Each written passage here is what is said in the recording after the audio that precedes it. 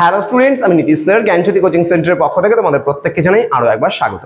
তো স্টুডেন্টস, আজকে আমি তোমাদের সঙ্গে আলোচনা করব এনইপি 4 ইয়ার আন্ডার গ্র্যাজুয়েট প্রোগ্রামের অধীনস্থ যে সমস্ত ছাত্রছাত্রীরা নর্থ বেঙ্গল ইউনিভার্সিটির আন্ডারে বিভিন্ন কলেজগুলোতে পড়াশোনা করছে তাদের জন্য আজকে কিন্তু আমি আলোচনা করব এনইপি 5th সেমিস্টারের মেজর 9 সোসিওলজি নিয়ে অতি গুরুত্বপূর্ণ একটা টপিক, সেটা হলো হার্বার্ট স্পেন্সারের সামাজিক বিবর্তনবাদের তত্ত্ব সম্পর্কে আলোচনা করো। খুবই গুরুত্বপূর্ণ আজকের এই ক্লাসটি এবং পরীক্ষায় আসার সম্ভাবনা কিন্তু 100% রয়েছে। তোমাদের কিন্তু সাজেশনটা অলরেডি আমরা তৈরি করে ফেলছি এবং সেই সাজেশনটা মাফিক কিন্তু এই প্রশ্নটা কিন্তু তোমাদের সাজেশনে থাকছে। তো স্টুডেন্ট যারা এখনো আমাদের চ্যানেলটিকে সাবস্ক্রাইব করনি তারা অবশ্যই চ্যানেলটিকে সাবস্ক্রাইব করে পাশে থাকা বেল আইকন অল প্রেস করে দাও, যাতে নেক্সট টাইম থেকে কোনো ভিডিও আপলোড করলে তার নোটিফিকেশন তুমি সবার আগে পেতে পারো। এছাড়া যারা ভাবছো যে অনলাইনে আমাদের ক্লাস জয়েন করবে তারা অবশ্যই যোগাযোগ করবে, আমাদের অফিসিয়াল নাম্বার রয়েছে, দেখো এখানে স্ক্রিনে 6295916282 এবং 7076398606 নম্বরে। আমাদের টোটাল কোর্স ফি রয়েছে এখানে তোমরা 5th সেমিস্টার মেজর কোর্সের যে পুরো প্যাকেজ রয়েছে 1199 এবং 5th সেমিস্টার মাইনর কোর্সের প্যাকেজ রয়েছে 699 রুপিস। তো তোমরা যারা ভাবছো যুক্ত হবে এবং তোমাদের জুনিয়র ভাই বোনরা যারা রয়েছে তাদেরকেও রেফার করতে পারো, তাদেরও কোর্স ফিটা কিন্তু সেম। মেজর কোর্সের 1199 এবং তোমার হচ্ছে প্রোগ্রাম কোর্স বা মাইনর কোর্স বা মাল্টিডিসিপ্লিনারি কোর্সে রয়েছে 699 রুপিস পুরো সেমিস্টারের কোর্স ফি।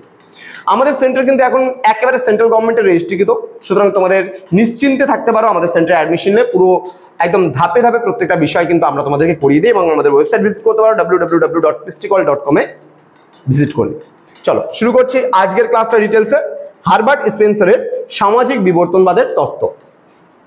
ব্রিটিশ সমাজবিজ্ঞানী ও দার্শনিক ছিলেন হার্বার্ট স্পেন্সার, যেটা আমরা লাস্ট ক্লাসে আলোচনা করেছিলাম যে তার জীবনী নিয়ে।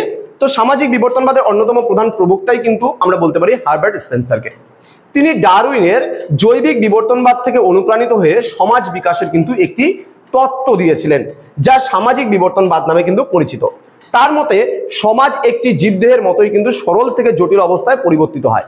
তাহলে আজকে তুমি যদি দেখো সমাজে কিন্তু আজকে মানুষ কিন্তু একেবারে শেষ প্রজাতি, তাই না? মানুষের বিবর্তনের ফল কিন্তু অনেক বছর ধরে ঘটেছে এবং শেষ প্রজাতি যদি বলো তাহলে কিন্তু মানুষ। আচ্ছা, তো বলছে এই পরিবর্তন একটি নির্দিষ্ট নিয়ম মেনে চলে এবং এর মূল ভিত্তি হলো যোগ্যতমের জয়। তো ধারণাটি যা তিনিই প্রথম ব্যবহার করেছেন, এই যোগ্যতমের জয় ব্যাপারটা, ঠিক আছে? তো নেক্সট আমরা জেনে নেব পরবর্তী স্লাইডে কি রয়েছে। দেখো এখানে বলছে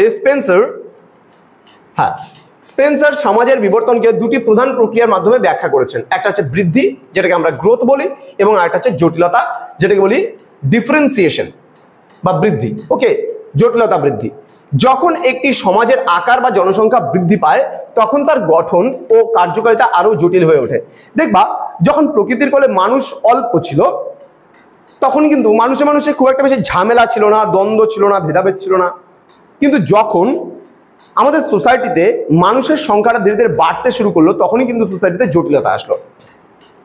বলছে যেমন একটি ছোট গোষ্ঠীতে সবাই কাজ করে, কিন্তু যখন গোষ্ঠীটি বড় হয় তখন কিন্তু কাজের বিভাজন ঘটতে দেখা যায়।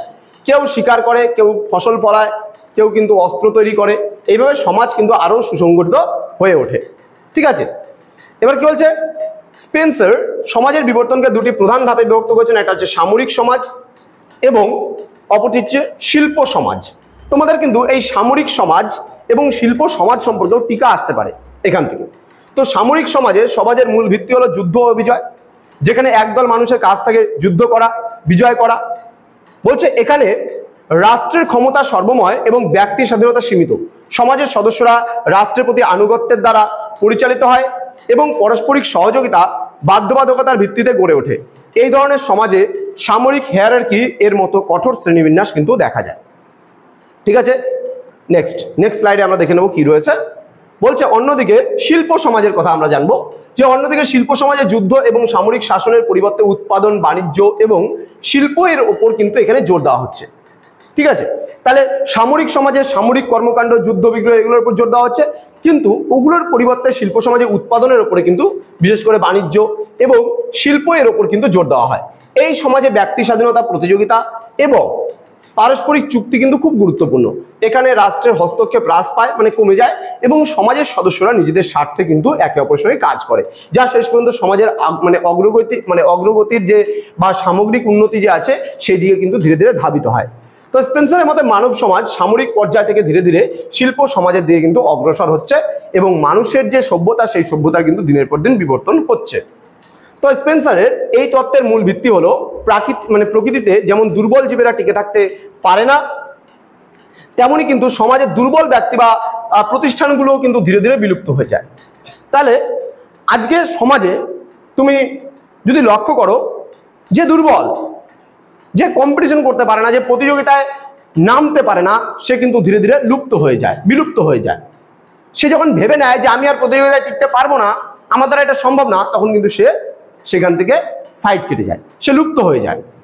তো বলছে, তবে স্পেন্সার এই তত্ত্বটি আধুনিক সমাজবিজ্ঞানীদের দ্বারা ব্যাপকভাবে সমালোচিত হয়েছে।